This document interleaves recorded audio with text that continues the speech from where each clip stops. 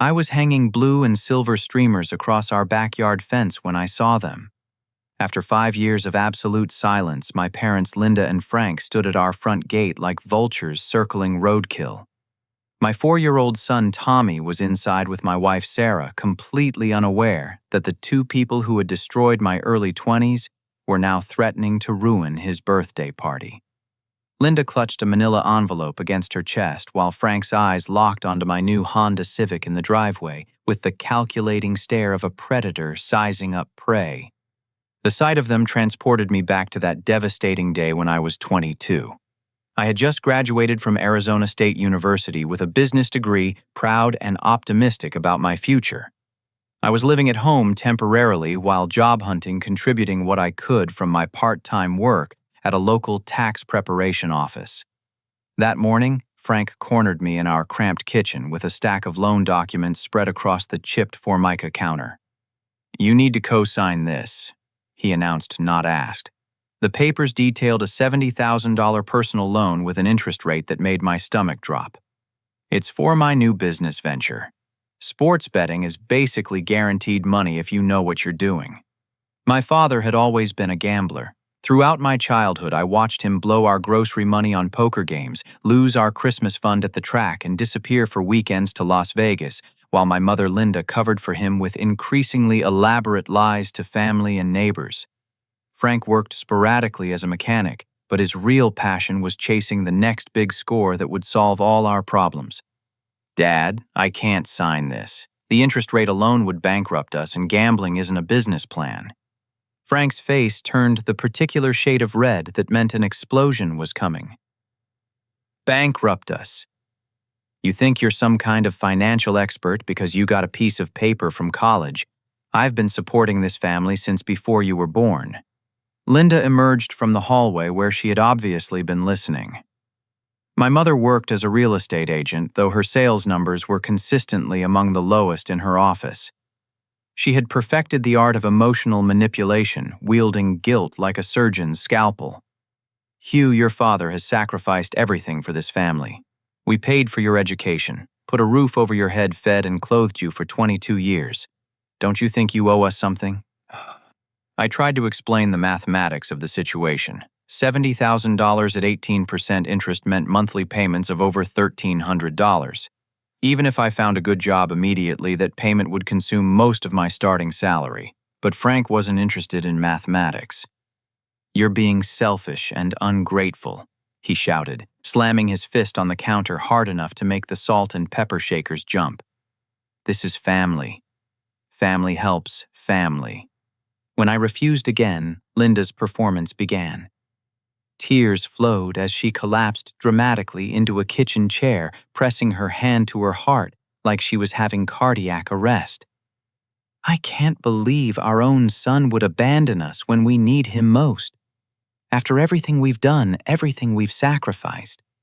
The argument escalated for hours. Frank accused me of thinking I was better than them because of my college education. Linda sobbed about ungrateful children and broken dreams. They tag-teamed me with guilt, anger, and emotional blackmail until I was exhausted and confused. But I held firm on the loan. That's when Linda slapped me across the face so hard my ears rang. "Get out!" she screamed. "If you won't help this family, then you're not part of this family." Frank grabbed my arm, his mechanic's grip leaving bruises that lasted for weeks. "You've got 1 hour to pack your stuff and leave. Don't come crawling back when your perfect little life falls apart." I spent the next hour throwing clothes and belongings into garbage bags while my parents stood guard, making sure I didn't steal anything that belonged to them. Linda actually took back a coffee mug I had bought myself, claiming she paid for the gas money to drive me to the store where I purchased it. The neighbors gathered on their porches and driveways as Frank literally threw my possessions onto the front lawn. Mrs. Chen from next door tried to intervene, but Linda screamed at her to mind her own business. The locksmith arrived while I was still loading my beat-up Toyota, and I watched through the windshield as they changed the locks on the only home I had ever known. Over the following 5 years, I built a life without them. I found a small apartment, worked 2 jobs while establishing my career, and eventually started my own accounting firm. I met Sarah at a community college night class where she was finishing her nursing degree. We fell in love, got married in a simple ceremony at the courthouse with Sarah's family as our only witnesses, and welcomed Tommy into the world 3 years later. During those 5 years, my parents never called, never sent a card, never acknowledged my wedding or Tommy's birth. I occasionally heard updates through family friends learning that Frank's gambling had gotten worse, and Linda had been demoted at her real estate office for what were diplomatically described as ethical concerns. But I had moved on, focusing on building the stable, loving family I had always wanted. Now seeing them at Tommy's party with that envelope in Linda's hands, I realized their sudden appearance wasn't about reconciliation. They needed something, and experience had taught me that when Linda and Frank needed something, they would destroy anyone who stood in their way. I walked across our modest backyard where colorful balloons bobbed in the spring breeze, and my son's laughter echoed from inside our ranch-style house. Sarah was arranging superhero-themed plates on the picnic table we had bought just for this occasion. Her mother, Margaret, a retired elementary school teacher with silver hair and sharp eyes, was helping Tommy practice blowing out birthday candles on a practice cupcake. Our neighbor Dave, a police officer who lived 3 houses down with his wife and twin daughters, was assembling the new swing set we had surprised Tommy with that morning. The scene was perfect. Peaceful, everything I had dreamed of creating for my son. Then Linda's voice cut through the air like a rusty knife. "Hugh, we need to talk to you right now." Sarah looked up from the paper plates, her nurse's instincts immediately reading the tension in my posture. She had heard the stories about my parents had held me through nightmares about that awful day when I was 22. Margaret's expression hardened as she took in the 2 strangers approaching our celebration uninvited. I met Linda and Frank at the chain-link fence that separated our backyard from the front yard. Up close, they looked terrible. Frank had gained at least 40 pounds, his face bloated, and his clothes wrinkled. Linda's makeup was applied too heavily, trying to hide dark circles and stress lines that made her look a decade older than her 58 years. "What do you want?" I asked, keeping my voice low so Tommy wouldn't hear. Linda's performance began immediately. "Oh, Hugh, we've made such terrible mistakes. We've spent 5 years regretting what happened, missing our grandson, wanting to make things right." She gestured toward the envelope. "We have something very serious to discuss with you." Frank stepped closer to the fence, his presence more aggressive and intimidating. "We know you've done well for yourself, son. Nice house, new car, successful business. Must be nice having all that money to throw around." The word son coming from his mouth made my skin crawl. "You lost the right to call me that 5 years ago when you threw me out like garbage." We were under a lot of stress then. Linda continued, dabbing at her eyes with a tissue she had ready. "Your father was going through a difficult time with work, and we weren't thinking clearly. But we're here now because we love you, and we love our grandson." I noticed how they kept glancing toward the house, taking inventory of our possessions. Frank's gaze lingered on the Honda, the new patio furniture, and the expensive camera equipment Dave had brought to capture party photos. They were cataloging everything we owned, like appraisers preparing for an estate sale. "How did you find us?" I demanded. Linda smiled in a way that made my blood pressure spike. "Social media is amazing these days. Sarah posts such beautiful pictures of Tommy. He looks just like you did at that age." The casual mention of my wife's name and the implication that they had been watching us online for who knew how long sent chills down my spine. Margaret had moved closer during the conversation, positioning herself where she could hear everything while appearing to focus on party preparations. Dave had also stopped working on the swing set, his police officer instincts clearly activated by the tension. "What's in the envelope?" Sarah asked, joining us at the fence with Tommy clinging to her leg. Frank's demeanor shifted completely, becoming cold and businesslike. "That's family business, miss. Maybe you should take the boy inside while the adults talk. Sarah is my wife and Tommy is my son. Anything you have to say to me, you can say in front of them." Linda opened the envelope with theatrical flair, producing what appeared to be bank statements and legal documents. "Hugh, We need to discuss the $59,000 you took from your father's inheritance account." The words hit me like a physical blow. "What are you talking about? I've never taken any money from you. I haven't even spoken to you in 5 years." Frank spread the papers across the fence top, pointing to highlighted sections. "This account was opened in your name 3 years ago, using money from my grandfather's estate. These withdrawals show someone accessed the funds repeatedly over 18 months. The bank has your signature on every transaction." I stared at the documents, my mind reeling. The account number meant nothing to me. The bank was one I had never used, but there was my name printed clearly at the top, and signatures that looked remarkably similar to my handwriting.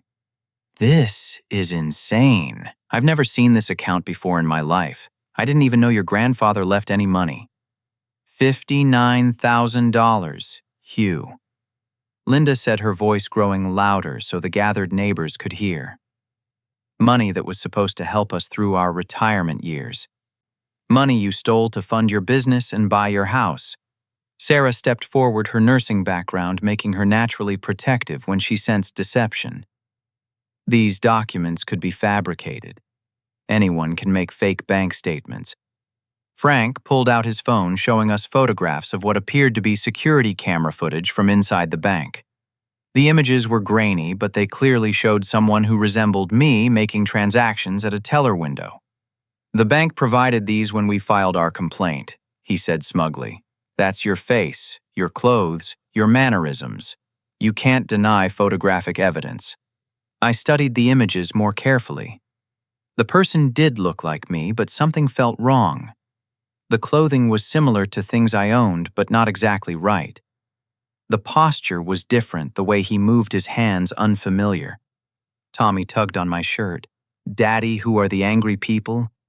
Why are they yelling?" Before I could answer, Linda knelt down to his level with a grandmother's smile that made my skin crawl. "Hello, sweetheart.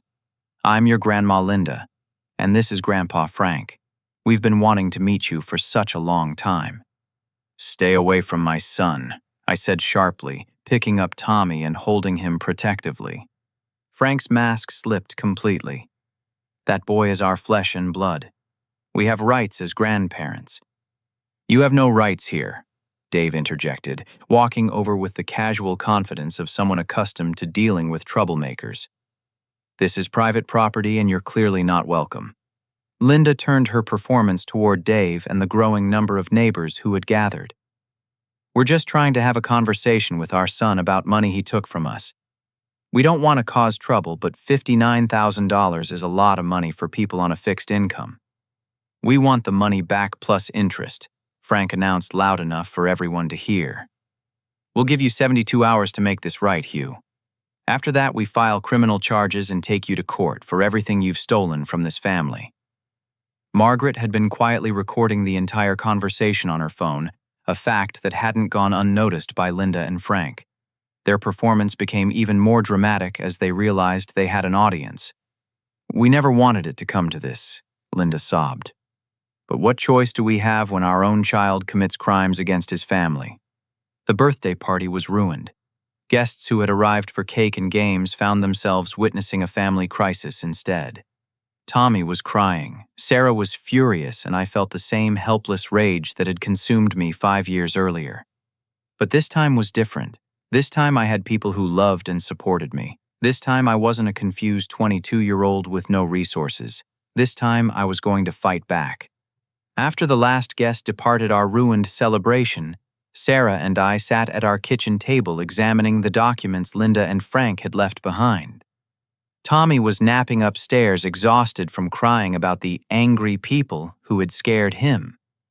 Margaret had stayed to help clean up her teacher's instincts, recognizing that we needed support and guidance. The bank statements were sophisticated forgeries. The letterhead looked authentic, the formatting was professional, and the account details appeared legitimate.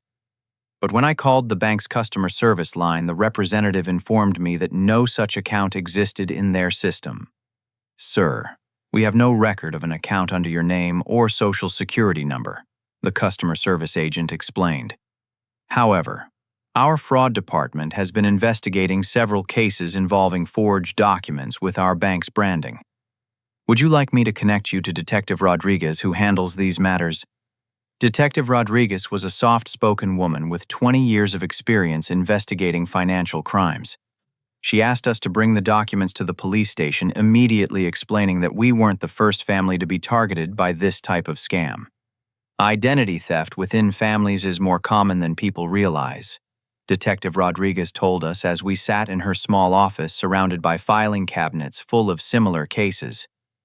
The perpetrators have access to personal information, family history, and enough knowledge to create convincing forgeries. She examined the bank statements under a magnifying glass, pointing out subtle inconsistencies in the printing and paper quality. These are good forgeries, but they're still forgeries. The account number follows an outdated format that this bank stopped using 4 years ago. The routing number belongs to a completely different financial institution in Nevada. The security camera photos were more troubling. Detective Rodriguez sent them to a specialist who confirmed they had been digitally manipulated, but the work was sophisticated enough that most people wouldn't notice the alterations. Someone invested significant time and money into creating these fake documents, she concluded. This suggests they're either desperate or they've done this before. Dave arrived at the police station still wearing his party clothes, having heard about our situation from Margaret. His presence was comforting, representing the stable community support we had built over the years. Unlike my biological parents, Dave offered help without expecting anything in return.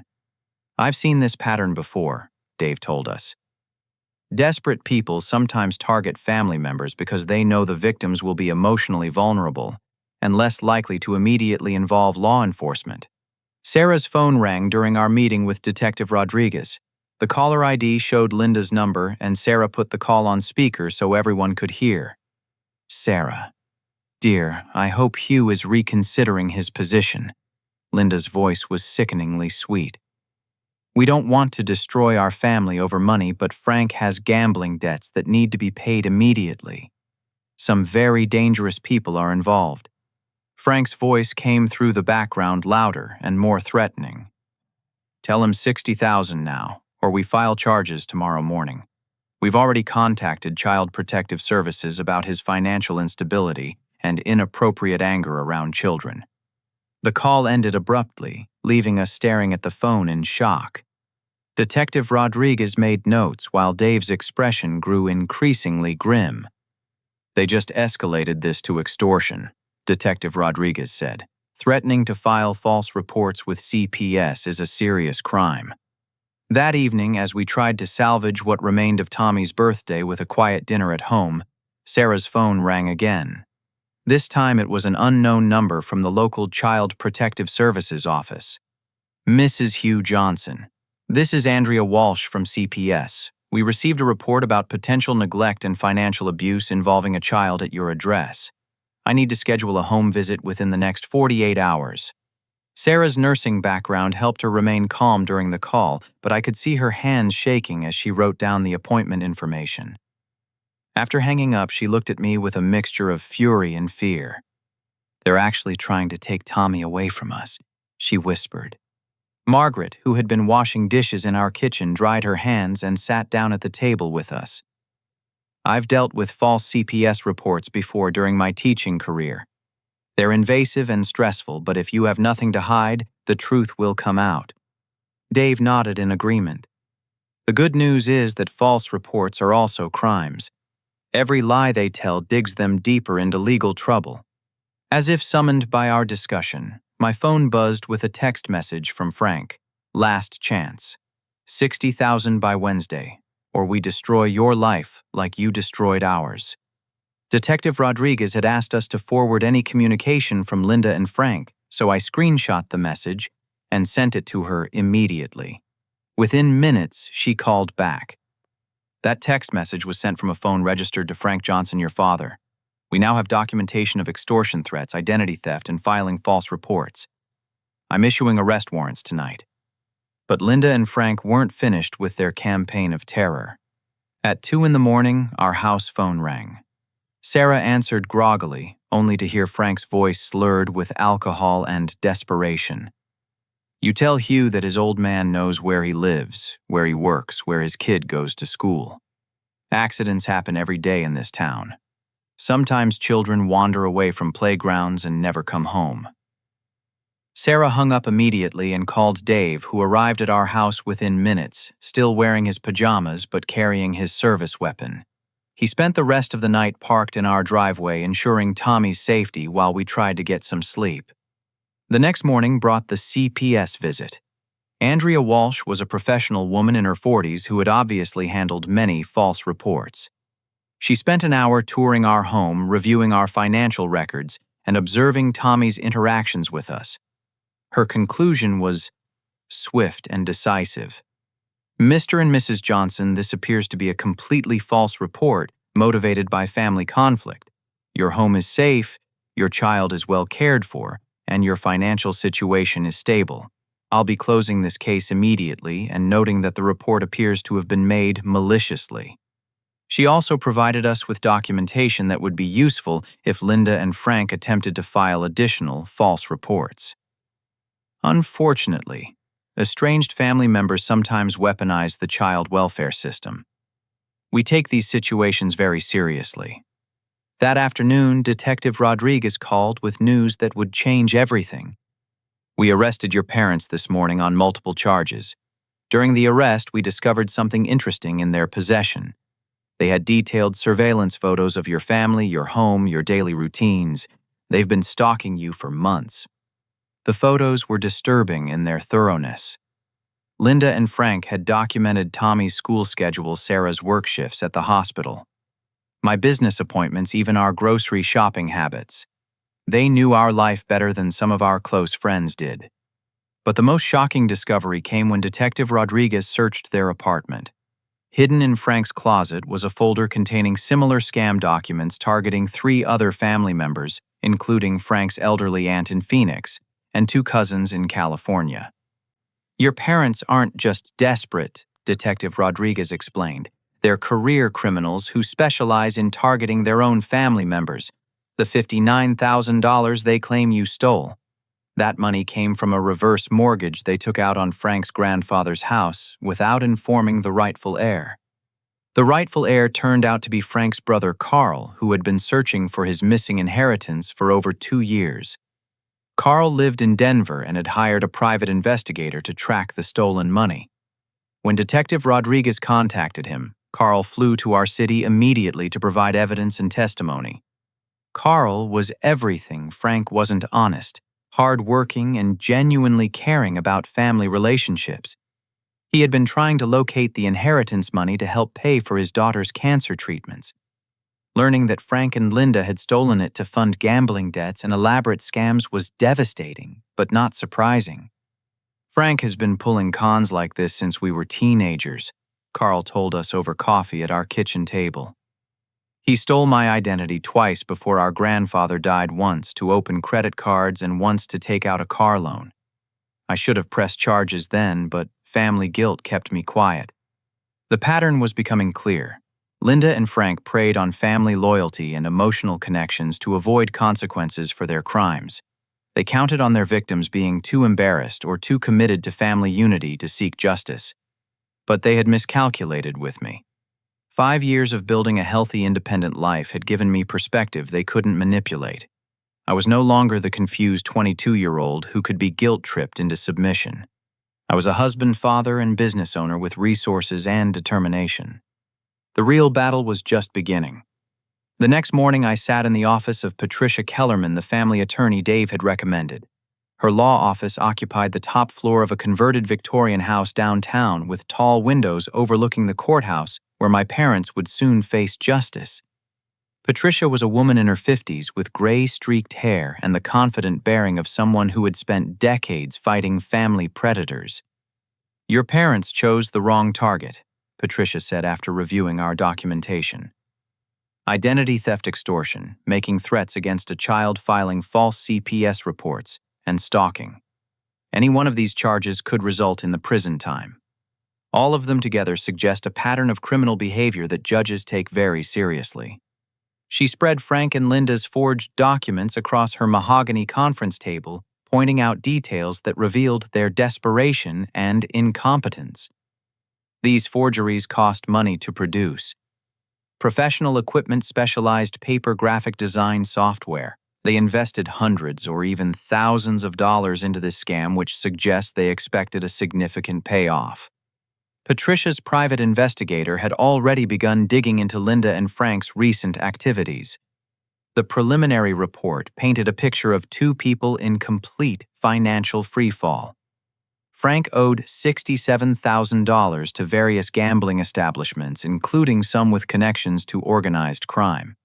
Linda had been terminated from her real estate position after clients discovered she had been forging signatures on property documents. They're facing eviction from their apartment next week, Patricia informed us. Frank's gambling creditors have been pressuring them with increasingly aggressive collection methods. Someone broke their car windows last month, and Linda called police about threatening phone calls. The investigation revealed that Linda and Frank's scam attempts weren't limited to family members. They had tried to defraud Linda's elderly aunt in New Mexico, attempted to steal Frank's deceased mother's Social Security benefits, and even filed false insurance claims using information stolen from Linda's former clients.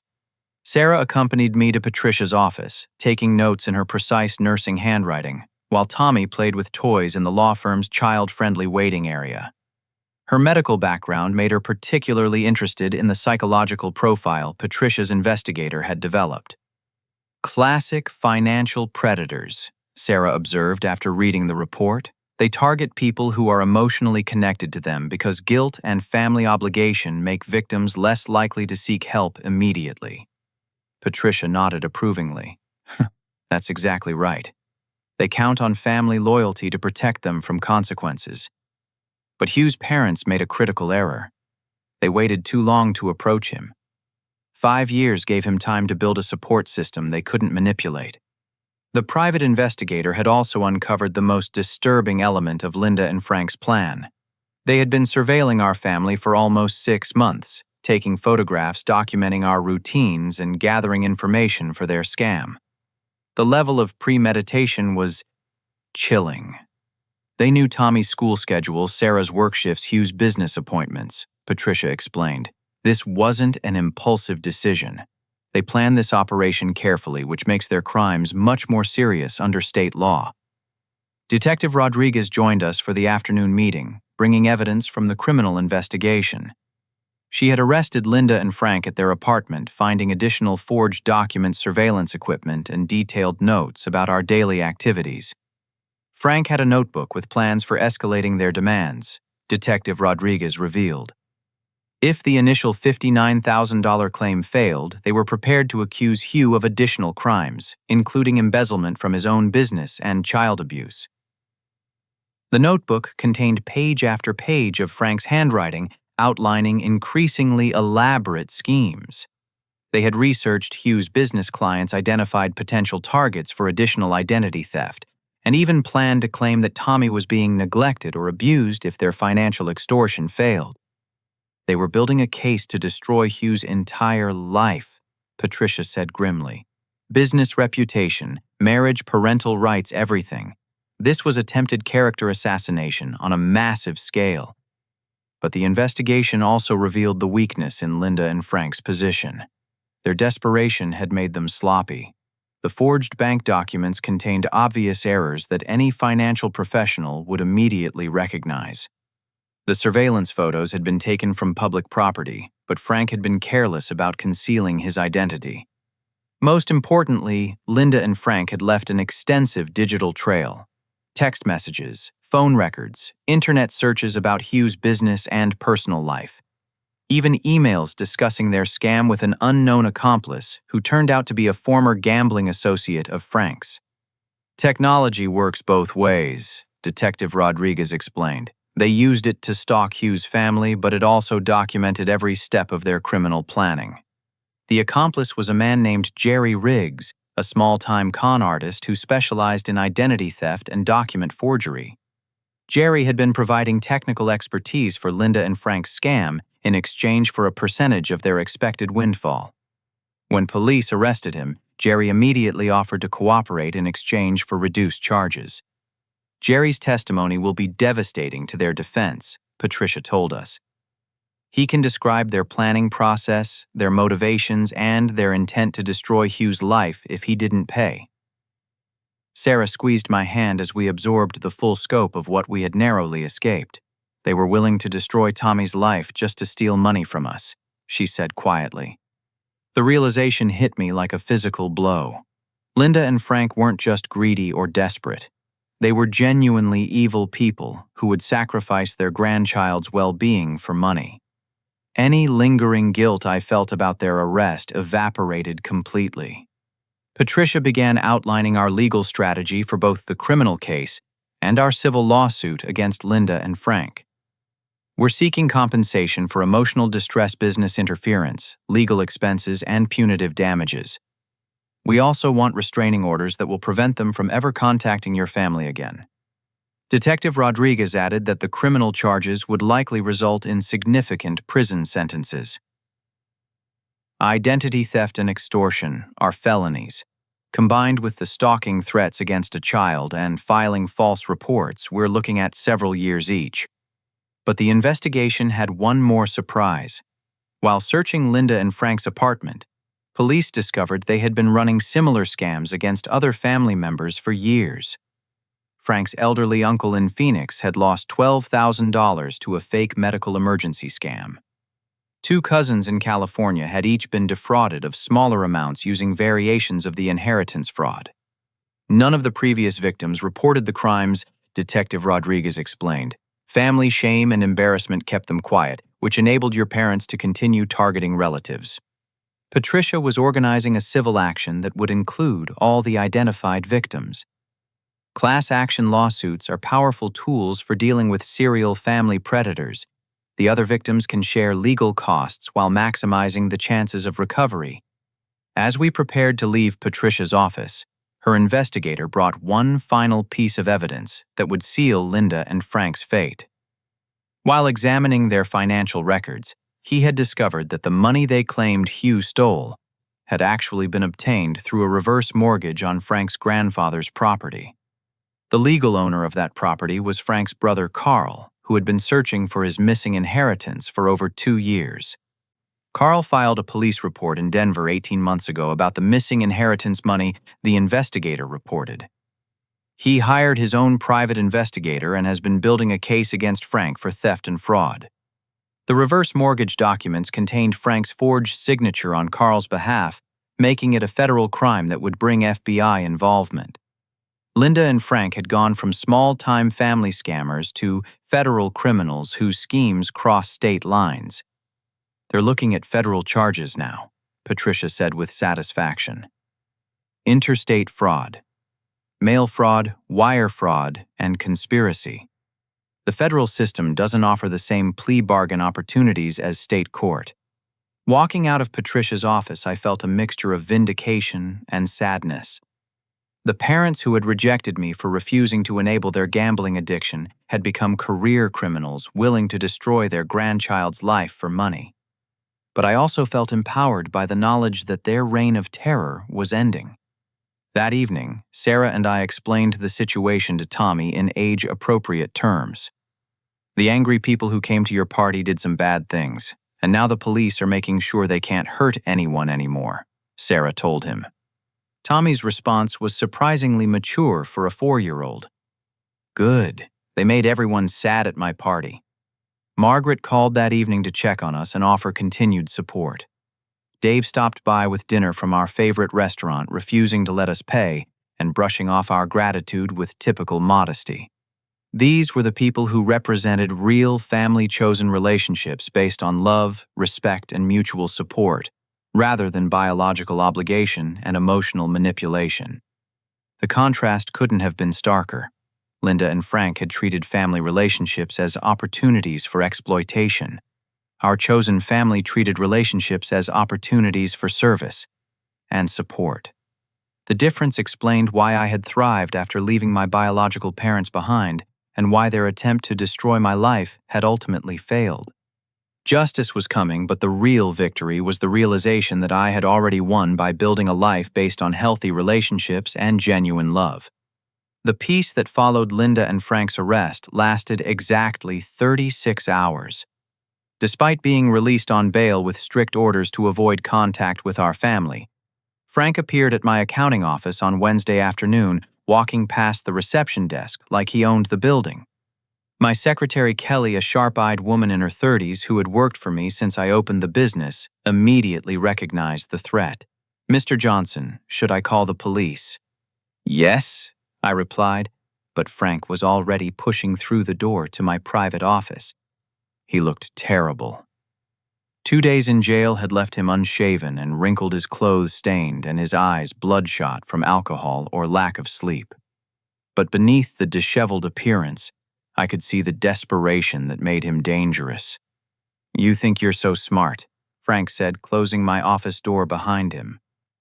"Getting us arrested, turning the whole family against us, destroying your mother's reputation in the community." I reached for my phone to call Dave, but Frank stepped closer to my desk with an aggressive stance that brought back childhood memories of his unpredictable rages. "Don't touch that phone. We're going to settle this man-to-man the way we should have 5 years ago. You need to leave immediately. You're violating your bail conditions by being here." Frank laughed, but there was no humor in the sound.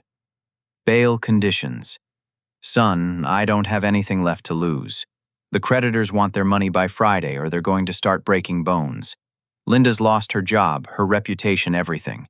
We're facing years in prison because you couldn't help your own family." The twisted logic was exactly what I remembered from my childhood. Frank's problems were always someone else's fault. His gambling addiction was caused by work stress. His financial failures happened because other people didn't support him properly. His violence occurred because his victims provoked him. "You chose to commit crimes. You chose to stalk my family and threaten my son. These consequences are the result of your decisions, not mine." Frank's face reddened with the familiar rage that had terrified me as a child. "Your son. You mean my grandson, the boy who should know his real family instead of being raised by strangers who fill his head with lies about us." The mention of Tommy triggered protective instincts I hadn't known I possessed. "Stay away from my son. If you go anywhere near Tommy's school or our house, I'll make sure you spend every remaining day of your life in prison."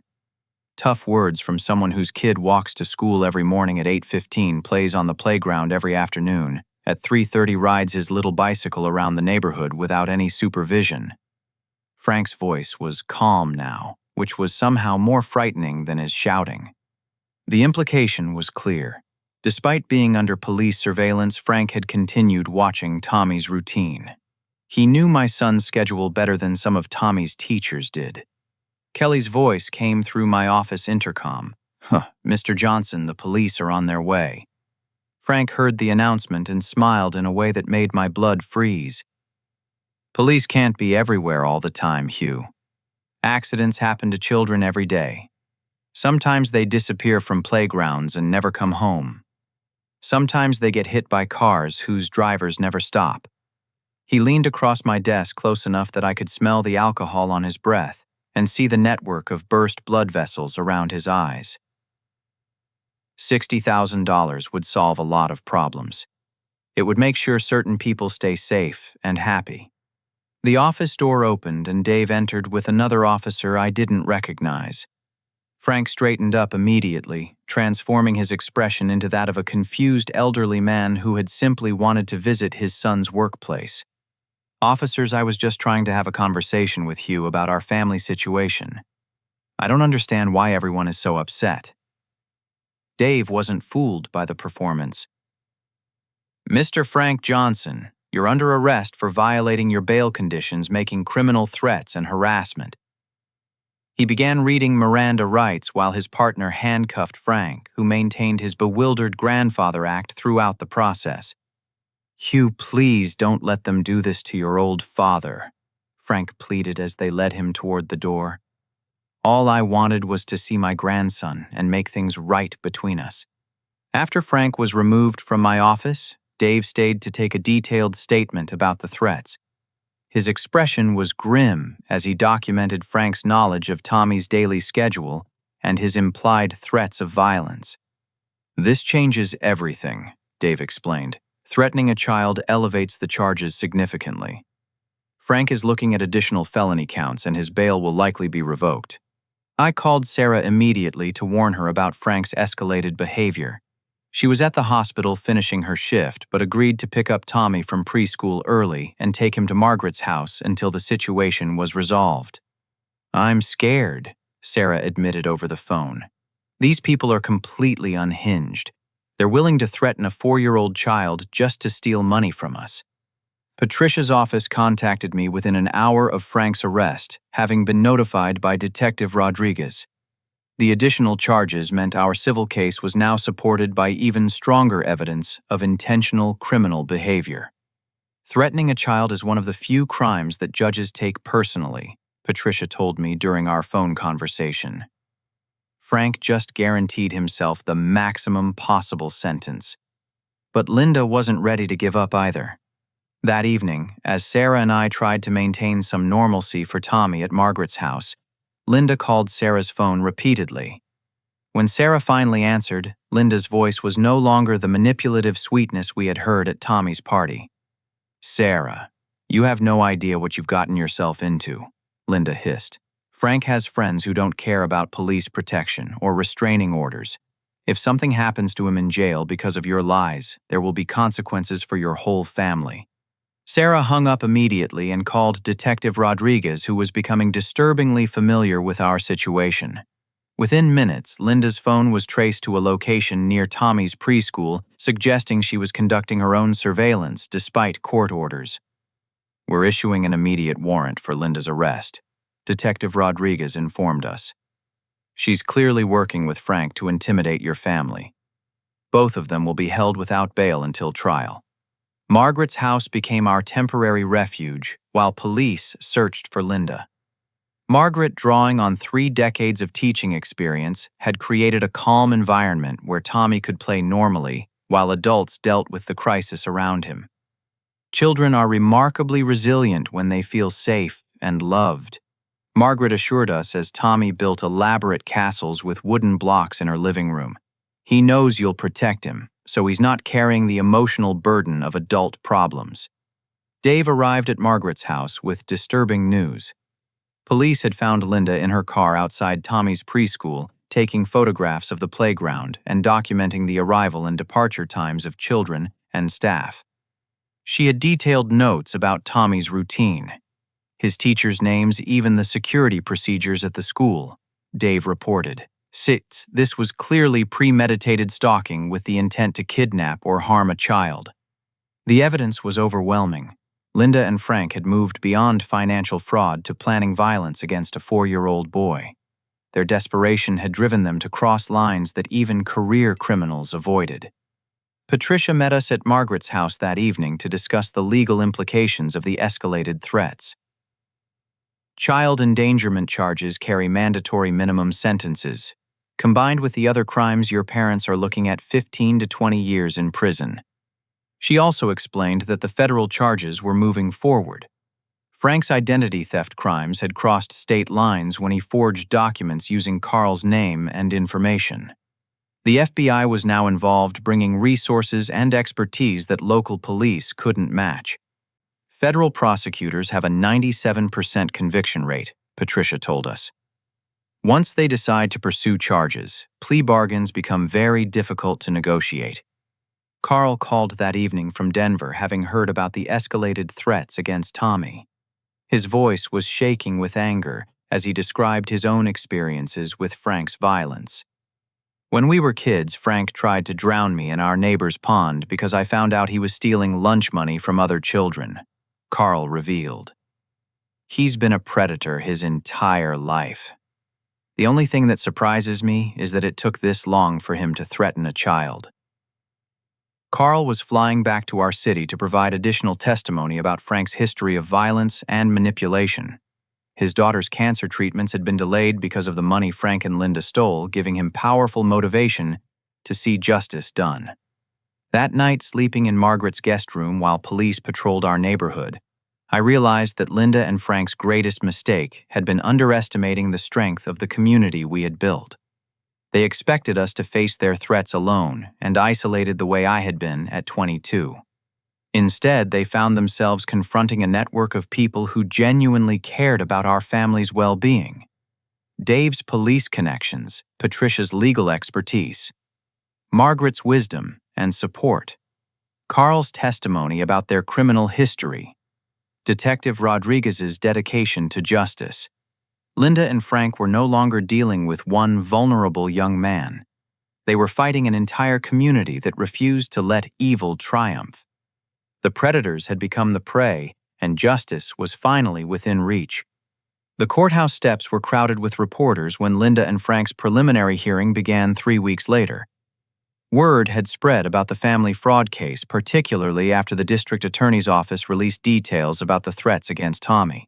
Local news stations ran stories about predators who target their own relatives, using our case as an example of how family loyalty can be weaponized by criminals. I sat in the gallery with Sarah, Margaret, Dave, and Carl watching as Linda and Frank were led into the courtroom, wearing orange jail uniforms and shackles. They looked haggard and defeated, their arrogance replaced by the reality of facing serious prison time. Judge Catherine Morrison was a stern woman in her 60s with a reputation for harsh sentences in cases involving children. She reviewed the charges with obvious disgust, particularly when Patricia read Frank's threats against Tommy into the court record. Threatening violence against a 4-year-old child represents a level of depravity that shocks the conscience, Judge Morrison stated. I'm denying bail and remanding both defendants to custody pending trial. Linda broke down sobbing at the announcement, her performance finally genuine as she realized the consequences of her crimes. Frank stared straight ahead with the blank expression of someone whose schemes had finally collapsed completely. The prosecutor assistant district attorney Michael Chen presented evidence that painted a picture of sophisticated criminal planning spanning several years. Linda and Frank weren't desperate parents who made bad decisions under stress. They were career criminals who specialized in targeting family members because guilt and loyalty made their victims vulnerable. The defendants spent 6 months surveilling the victims, Chen told the court. They documented the child's daily routine school schedule and playground habits. They planned to escalate from financial fraud to kidnapping if their extortion demands weren't met. Patricia presented our civil case immediately after the criminal proceedings, seeking damages for emotional distress, business interference, legal expenses, and punitive damages. The evidence was overwhelming. Forged documents recorded threats, surveillance photos, and testimony from multiple victims. The defendants have systematically destroyed family relationships for financial gain, Patricia argued. They stole from elderly relatives, defrauded disabled family members, and threatened an innocent child. This pattern of behavior requires significant financial consequences to prevent future crimes. Carl testified about the stolen inheritance money that had delayed his daughter's cancer treatments. His voice was steady but emotional as he described the impact of Linda and Frank's crimes on his family. My daughter's chemotherapy was postponed for 3 months while we struggled to pay for her medical care, Carl told the court. The money they stole wasn't just numbers on a bank statement. It was my child's chance to survive cancer. The courtroom was silent except for Linda's continued sobbing as Carl's testimony demonstrated the real human cost of financial fraud. Judge Morrison's expression grew increasingly severe as she absorbed the full scope of Linda and Frank's criminal enterprise. Detective Rodriguez presented evidence that Linda and Frank had attempted similar scams against 7 other family members over a 5-year period. The crimes ranged from forged signatures on elderly relatives' documents to identity theft targeting cousins and siblings across multiple states. This was not opportunistic crime, Detective Rodriguez testified. This was a sophisticated criminal operation that targeted vulnerable family members systematically and repeatedly. The FBI agent handling the federal charges testified about the interstate nature of Linda and Frank's crimes. They had used mail fraud, wire fraud, and identity theft across state lines, making them federal criminals subject to enhanced penalties. The defendants' crimes represent a clear pattern of predatory behavior that crosses jurisdictional boundaries, Agent Sarah Williams explained. Federal involvement ensures they face appropriate consequences regardless of their family relationships with victims. Jerry Riggs, the accomplice who had provided technical expertise for Linda and Frank's document forgeries, testified as part of his plea agreement. His testimony revealed the cold calculation behind their crimes. Frank told me family members were easier targets because they wouldn't call police immediately, Jerry testified. He said guilt and family loyalty bought them extra time to steal money and disappear before victims fought back. The defense attorneys attempted to portray Linda and Frank as desperate parents who made poor decisions under financial pressure, but the evidence of systematic criminal planning across multiple years undermined any sympathy for their situation. During cross-examination, Patricia destroyed Frank's attempt to claim he was protecting his family from dangerous creditors. She presented evidence that Frank had created his gambling debts deliberately, using them as justification for increasingly desperate crimes. Mr. Johnson, did you not tell your accomplice, Jerry Riggs, that gambling debts provided perfect cover for family fraud because relatives would feel obligated to help during a crisis? Sini. Frank's attorney objected, but the damage was done. The jury could see that even Frank's gambling addiction had been weaponized as part of his criminal planning. Linda's testimony was even more damaging to their case. Under Patricia's questioning, she admitted to years of forging signatures, stealing mail, and using her real estate access to gather personal information about potential victims. Mrs. Johnson, you used your professional position to steal client information for identity theft purposes, correct? I was desperate, Linda whispered. Frank said we would lose everything if I didn't help him. But you continued these crimes even after Frank's gambling debts were paid, didn't you? You stole from your own aunt's Social Security check 6 months after Frank's creditors were satisfied. Linda had no answer that wouldn't further incriminate her. The jury watched as her victim performance crumbled under examination, revealing the calculating predator beneath. The trial lasted 4 days. The jury deliberated for less than 2 hours before returning guilty verdicts on all charges against both defendants. Judge Morrison scheduled sentencing for the following month, warning Linda and Frank that their crimes warranted maximum penalties. You have betrayed the most fundamental trust that exists in civilized society, the trust between family members, Judge Morrison told them. Your crimes were not driven by desperation, but by greed and callous disregard for the welfare of others. The civil trial proceeded immediately after the criminal convictions.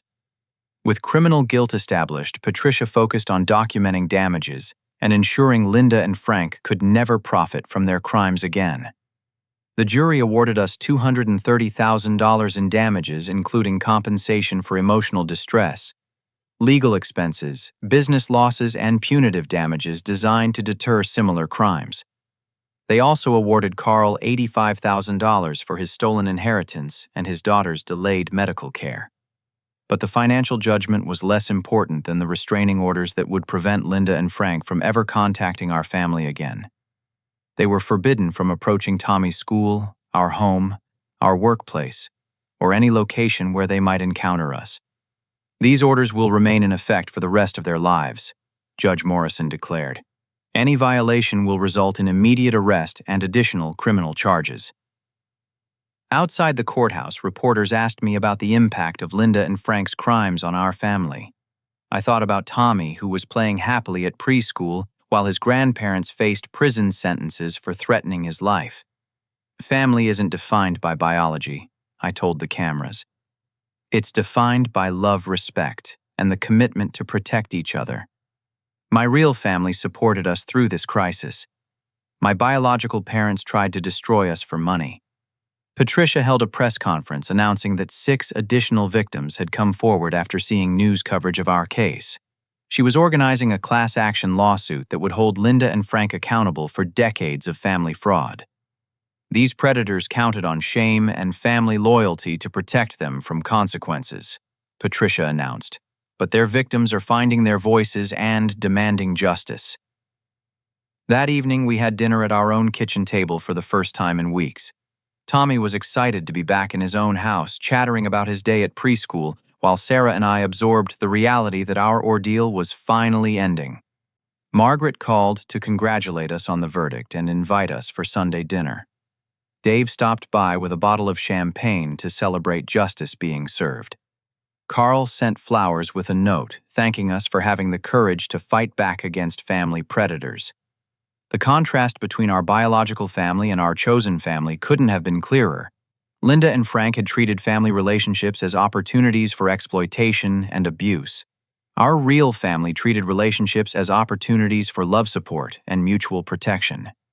As I tucked Tommy into bed that night, he asked me about the angry people who had disrupted his birthday party. "Daddy, are the angry people going to jail?" "Yes, Tommy. They're going to jail for a long time because they hurt people and tried to hurt our family." "Good," he said with the simple moral clarity of childhood. "Mean people should go to jail so they can't be mean anymore." Justice had been served, but the real victory was the realization that we had won this battle, because we had built our lives on a foundation of genuine love and healthy relationships.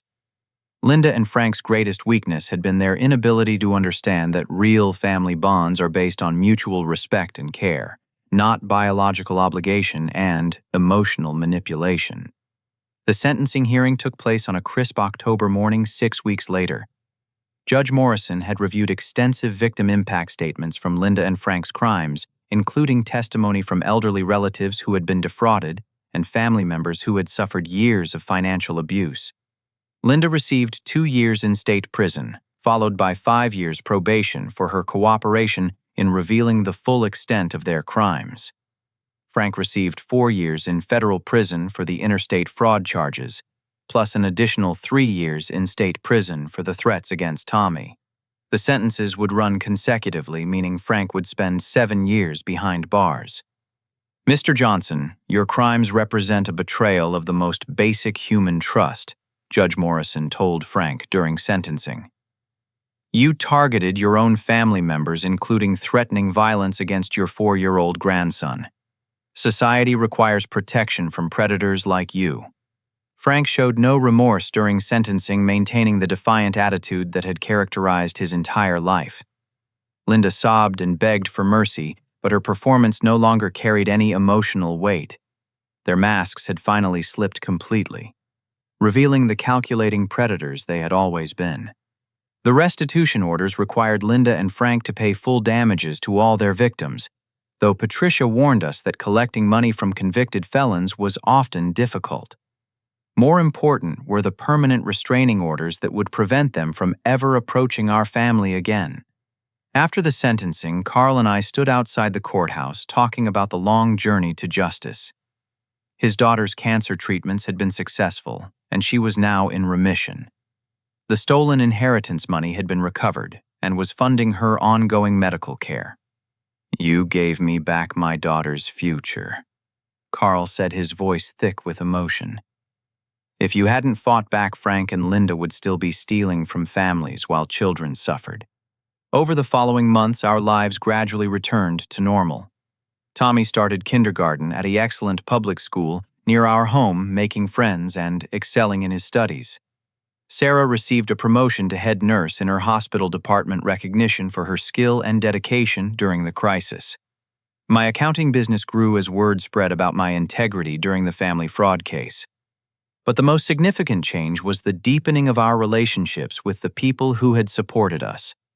Margaret became Tommy's unofficial grandmother, teaching him to bake cookies and helping with homework.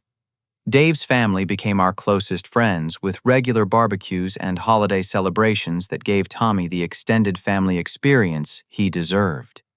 Jessica, Frank's sister, who had moved to Oregon to escape their parents' manipulation, relocated to our city and became part of our chosen family. She brought perspective about Linda and Frank's lifelong pattern of abuse, helping me understand that their rejection when I was 22 had actually been a gift that freed me to build healthy relationships. "They did you a favor by kicking you out," Jessica told me during one of our weekly coffee meetings. "I spent 15 years trying to maintain a relationship with them, and it nearly destroyed my marriage and my children's well-being. You escaped early and built something beautiful." The financial recovery from Linda and Frank's crimes allowed us to establish a college fund for Tommy and make improvements to our home. But more importantly, the experience taught us the difference between toxic biological family and healthy chosen family. 2 years after the sentencing, Tommy and I were working in our garden when he asked about his grandparents. Other children at school talked about visiting grandparents and receiving gifts from extended family members. "Daddy, why don't I have grandparents like other kids?" I knelt down to his eye level, choosing my words carefully. "Tommy, some people are born into families that love and protect each other. Other people have to create their own families with people who choose to love them. We're lucky because we have both. You have Grandma Margaret, who bakes cookies with you, and Uncle Dave, who teaches you to throw a baseball, and Aunt Jessica, who reads you bedtime stories. What about the angry people who came to my birthday party? Those people are gone now, Tommy. They made bad choices that hurt people, so they can't be around families anymore. But that's okay because we have so many people who love us and want to keep us safe." Tommy nodded with the acceptance that children show when they feel secure in their world. "I like our family better anyway. Grandma Margaret makes better cookies than anyone." 3 years post-sentencing, I received a letter from Linda in prison. She had found religion and wanted to apologize for the pain she had caused our family. The letter was filled with self-pity and attempts to minimize her crimes, exactly what I expected from someone who had never taken genuine responsibility for her actions. I showed the letter to Patricia, who advised me that responding would only encourage further contact. Instead, I filed it with our legal documents and focused on the life we had built without toxic influences. The letter did prompt me to write a different kind of correspondence. I wrote letters to Tommy that he would read when he was older, explaining the choices that had shaped our family and the values we had chosen to embrace.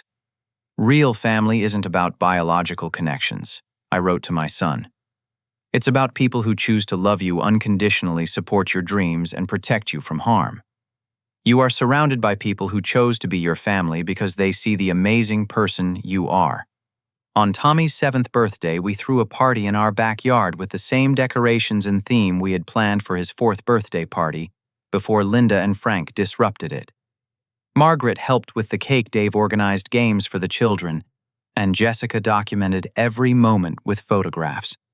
As I watched Tommy playing with his friends in the space where his biological grandparents had once threatened him, I felt profound gratitude for the journey that had brought us to this point. Linda and Frank's attempt to destroy our family had ultimately made us stronger by forcing us to recognize the difference between healthy and toxic relationships. The greatest victory wasn't the prison sentences or the financial recovery. It was the realization that family is a choice, not an obligation. We had chosen to surround ourselves with people who valued love over manipulation, integrity over convenience, and children's welfare over personal gain. Standing in our backyard, surrounded by the laughter of children and the warmth of genuine family bonds, I understood that Linda and Frank had given me the greatest gift possible. They had forced me to build the life I actually wanted, rather than settling for the dysfunction I had inherited. Tommy would grow up knowing that family means safety, support, and unconditional love. He would never doubt his worth or question whether the people in his life genuinely cared about his well-being. That knowledge was worth more than any inheritance or biological connection could ever provide. As the party ended and our chosen family helped clean up, Margaret pulled me aside with a smile. "You know, Hugh, Tommy is one of the luckiest children I've ever met. Not because his life has been easy, but because he's surrounded by people who understand what real love looks like." She was right. Our family had been forged in crisis and strengthened by our commitment to protecting each other from harm. We had learned that the strongest relationships are built on choice rather than obligation, on respect rather than manipulation, on love rather than fear. 5 years later, as I write this story, Linda and Frank remain in prison where they belong. Tommy is now 9 years old, excelling in school, and surrounded by a network of adults who genuinely care about his future. Sarah and I have been married for 8 years, our relationship strengthened by surviving the test of protecting our family from predators. The lesson I want to share with anyone facing similar family manipulation is this: you have the right to protect yourself and your children from toxic people, even when those people are biologically related to you. Family loyalty should never require you to enable criminal behavior or sacrifice your children's safety. Real family isn't defined by DNA or birth certificates. It's defined by the people who show up when you need them, who celebrate your successes without jealousy, who protect your children as if they were their own, and who love you for who you are rather than what you can provide them. The biological family that rejected me for refusing to enable their self-destruction ultimately gave me the freedom to build relationships based on genuine love and mutual respect. That freedom was the foundation for everything good in my life today. Have you ever had to choose between biological family and your own well-being? How did you find the strength to protect yourself and the people you love from toxic relationships? I'd love to hear your stories in the comments below. Your experiences might help someone else find the courage to break free from family manipulation and build the healthy relationships they deserve. Please like this video if it resonated with you, subscribe for more stories about overcoming family challenges, and share this with anyone who might need to hear that they're not alone in dealing with toxic family members. Thank you for listening to my story, and remember that you deserve to be surrounded by people who genuinely love and respect you. The greatest gift you can give yourself is the courage to choose love over obligation, health over dysfunction, and hope over fear. Your real family is waiting for you to find them.